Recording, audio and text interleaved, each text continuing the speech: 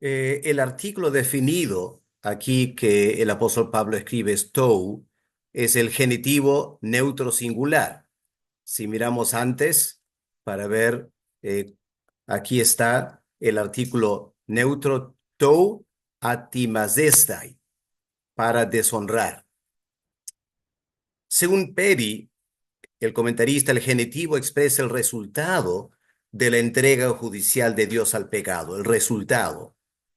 Y con la forma verbal que Pablo emplea, que es un infinitivo en la voz media o pasiva de atimazo, los estudiosos afirman que el genitivo tou, seguido por el verbo en el infinitivo, señala propósito. Por eso la Reina Valera traduce para deshonrar.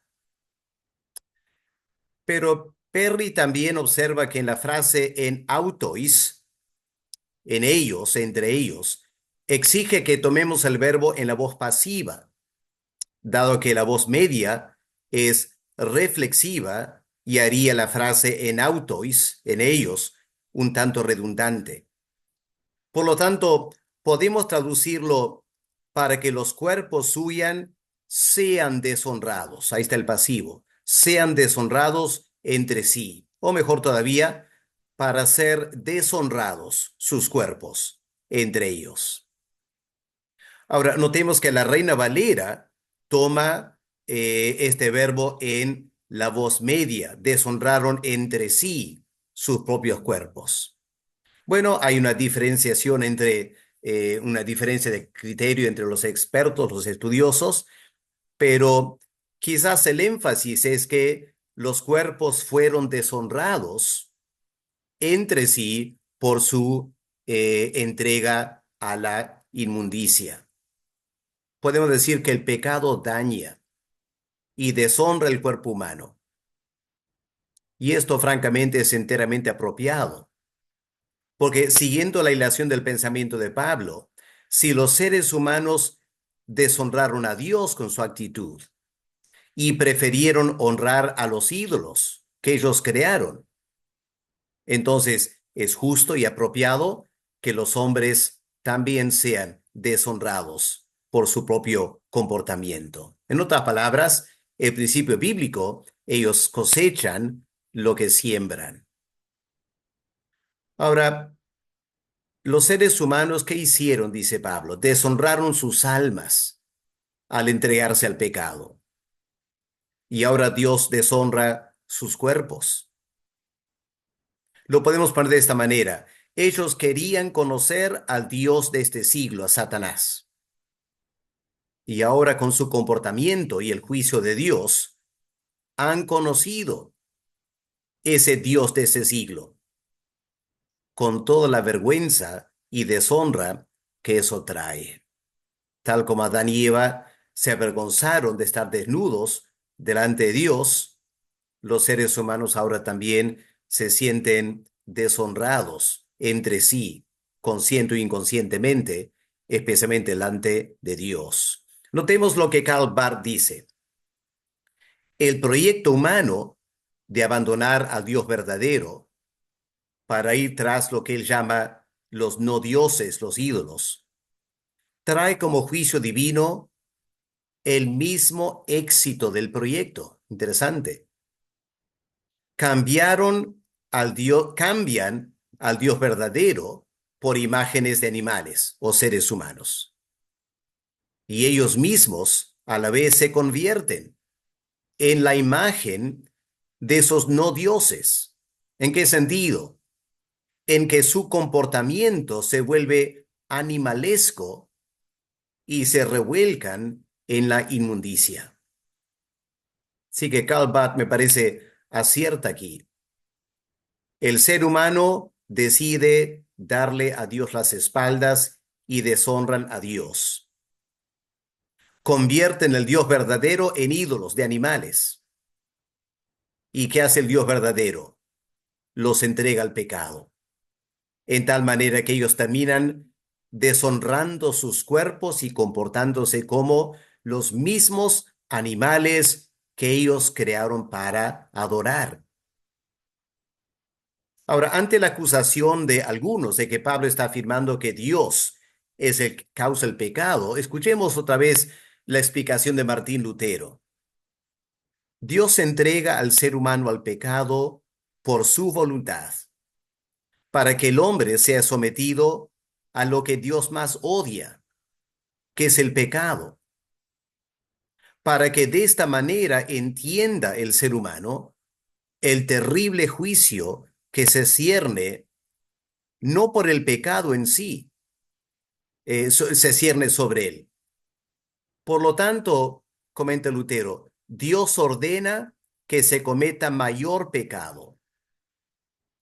No porque Dios quiere más pecado, no por el pecado en sí, sino por la pena y el castigo del pecado. El hombre que peca realmente no quiere pecar simplemente por pecar, porque él preferiría que lo que está haciendo no fuera considerado un pecado. Él comete pecado por, entre comillas, el bien que persigue, satisfacerse a sí mismo, satisfacer sus deseos. De igual modo, Dios ordena el pecado, así cuando entrega al ser humano el pecado, Dios ordena el pecado, no porque Él quiere promover el pecado, pues Él también preferiría que no existiera el pecado. Odia todo lo que es pecado. Dios lo hace para lograr un bien que Él desea, que es castigar al pecador. Así que no es que Dios está incentivando el pecado. Él está provocando pecado no porque Él quiere el pecado, sino porque a través del pecado que el ser humano comete, bajo el juicio de Dios, el ser humano sea castigado con miras a arrepentirse. En el versículo 25, Pablo continúa, ya que cambiaron la verdad de Dios por la mentira. En griego, hoitines, quienes, mete laxan, cambiaron, ten aletheian, la verdad tutheu de Dios en to pseudoi, en la mentira. Ahora, lo que el apóstol Pablo dijo de la ira de Dios en versículo 24 es tan fuerte.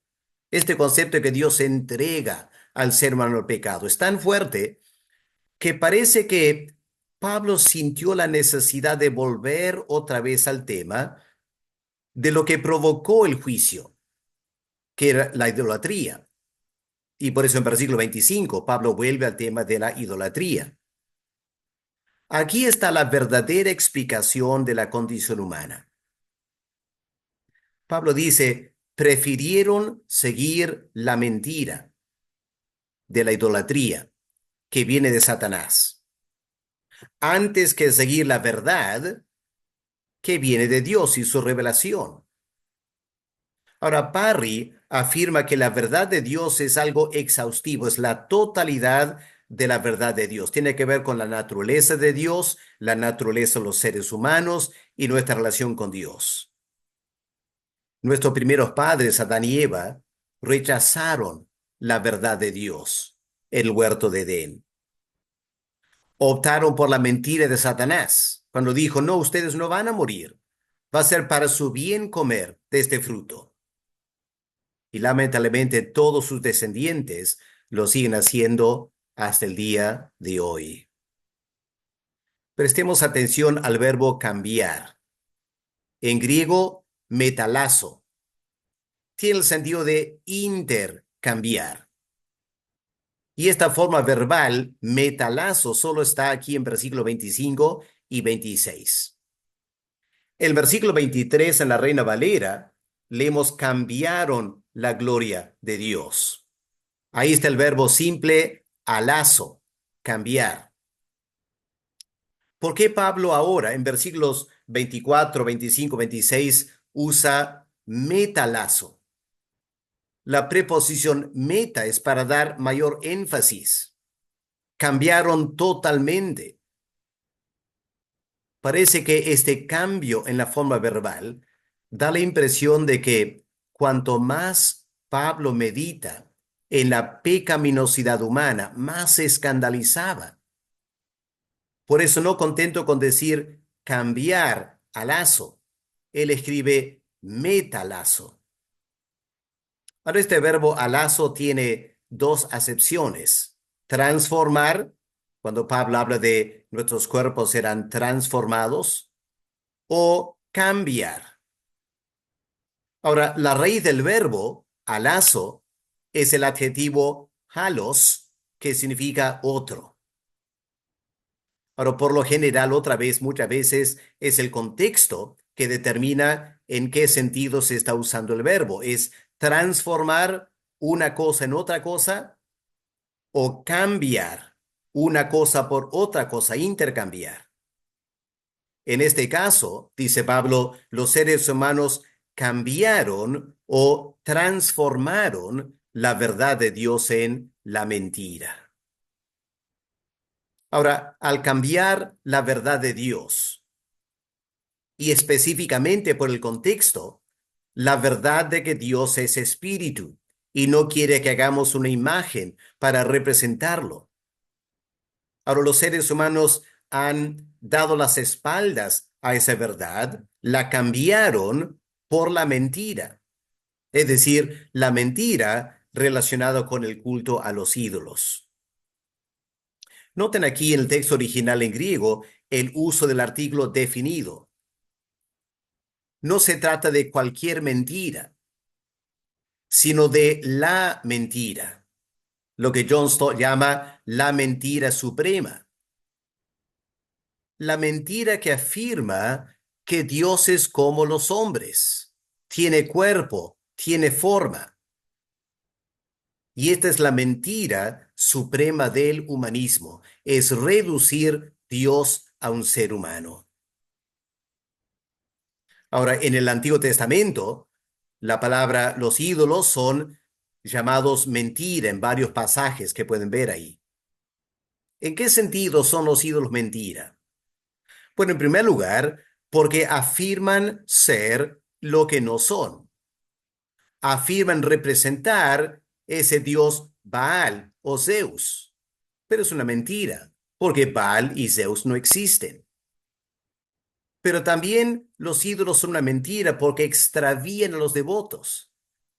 En vez de guiarles hacia Dios, los desvía a los ídolos, otras formas de Dios, si se quiere, o sustitutos por Dios. Godet llama esta mentira la vil máscara que los paganos usan para expresar la figura del todo perfecto Dios. Dios es perfecto. Dios es completamente perfecto. Y pretender que ese Dios sea como un ídolo, una imagen de un animal, un reptil, es una vil máscara que los paganos usan para cambiar a Dios. Ahora, recordemos lo que Pablo escribe en 2 Tesalonicenses. En los últimos tiempos, cuando aparezca el anticristo, este rechazo de la verdad de Dios por la mentira de Satanás llegará a su punto máximo y será el resultado de que los seres humanos no han recibido, no han aceptado el amor de la verdad para ser salvos. Y porque ellos rechazan la verdad, Dios les envía un poder engañoso para que crean la mentira. Ahora, tal como el rechazo de la verdad de Dios para abrazar la mentira provoca el juicio de Dios, así también el rechazo de la mentira de los ídolos para abrazar la verdad del Dios verdadero en el Evangelio trae consigo bendición. Porque eso fue lo que los creyentes en Tesalónica hicieron. Ellos dejaron la idolatría y cambiaron el culto a los ídolos para el culto al Dios verdadero. Y eso trajo lo opuesto al juicio de Dios, trae la bendición de Dios. Cada vez que el ser humano rechaza la mentira, la verdad, y la cambia por la mentira, trae juicio, sufrimiento. Cuando el ser humano rechaza la mentira y abraza la verdad, ahí viene la bendición de Dios. Ahora, esta idolatría, Pablo lo resume honrando y dando culto a las criaturas antes que al Creador. Honrando, kai ese bastesai, y dando culto, kai el atreusan, a las criaturas, te tisei, antes que, para, en contra de, ton ctisanta, el Creador. El problema es que al tener sus corazones entenebrecidos, según versículo 21, los seres humanos rehusaron tener Dios en cuenta, como Pablo dice en versículo 28 de Romanos 1. Y no satisfechos con insultar a Dios creando imágenes de Él, añadieron a ese pecado el insulto mayor de postrarse ante dichas imágenes y rendirles culto. Rendir un culto. Así que hay dos acciones aquí. En primer lugar, la acción de crear los ídolos. Y luego añadieron ese pecado, postrarse delante de los ídolos y honrarlos y darles culto. La preposición para significa no simplemente antes o en lugar de, como en la palabra anticristo, sino que conlleva la idea de pasar de lado al Creador. Aquí en el texto en griego, para, ton, tisanta, para con el Creador, pero para paralelo tiene también la idea de pasar al lado de. Es decir, ahí está Dios. El ser humano debía honrar y dar culto a Dios. ¿Y qué hicieron? Se voltearon a los ídolos y pasaron a Dios de lado y se postraron delante de los ídolos. Ahora, cuando Pablo menciona el Creador, el verdadero Dios, una característica de Pablo, él siempre se emociona cuando habla de Dios o del Señor Jesucristo. Y por eso Pablo parece no puede contenerse. Y al mencionar el Creador, Pablo está ahí en esta exclamación diciendo, el cual es bendito por los siglos. Hos estin eulogetos ais tus aionas. Amén. El cual es bendito por los siglos. Si miran en Romanos 9, versículo 5 y 2 Corintios 11, 31, tenemos esta misma doxología. Y en ambos contextos notamos que es una expresión de una gran emoción espiritual. Nos hace recordar que nunca debemos hablar de Dios sin guardar una profunda reverencia. Es lo que esto nos enseña. Cada vez que Pablo menciona a Dios, él se detiene para reverenciar a Dios y expresar a Dios el culto que él merece. Y aquí tenemos, hermanos, una gran verdad tan importante. Pablo dice, el único que será bendito, el cual es bendito por los siglos. Y la verdad es que el único que será bendito por los siglos es Dios. Ese comentarista Moule dice, Pablo lanza esta doxología en medio de la densa niebla de la idolatría. Está hablando de la idolatría, el pecado humano. Y Pablo ahora lanza esta doxología para quitar esa densa niebla, limpiar el aire con reverberaciones gloriosas de sus palabras. Godet usa otra metáfora para afirmar lo mismo.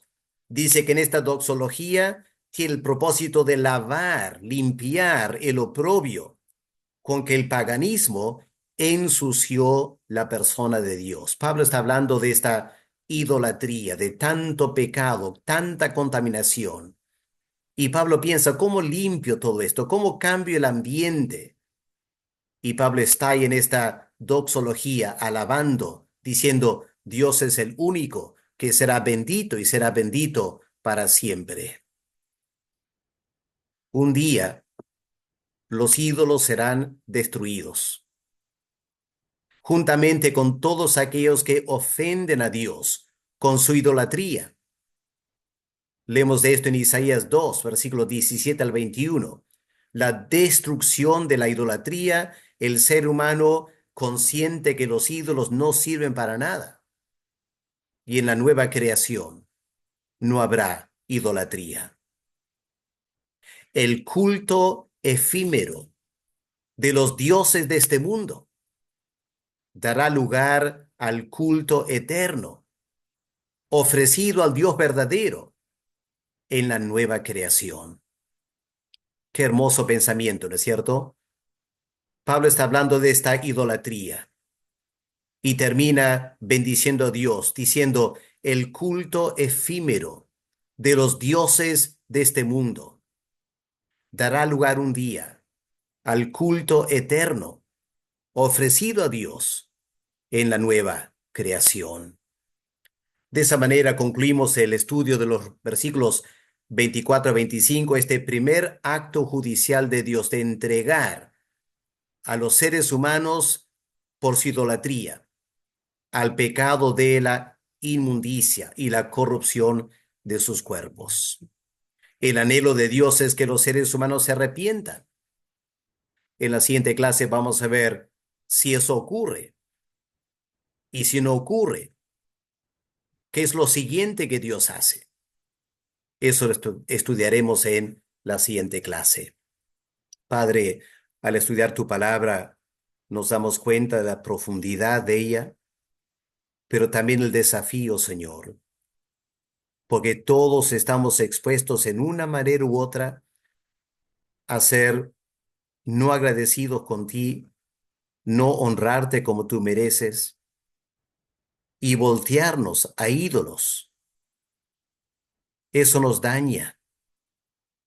Y si no nos arrepentimos, tienes que, con tu mano izquierda, entregarnos al pecado para que luego con tu brazo derecho nos puedas rescatar del pecado a través del arrepentimiento y llévanos a volver a adorar ese Dios verdadero que es bendito por los siglos. Gracias por este estudio de tu palabra. En el nombre del Señor Jesús. Amén. A ver, hermanos, que Dios les bendiga y nos estaremos viendo en la siguiente clase.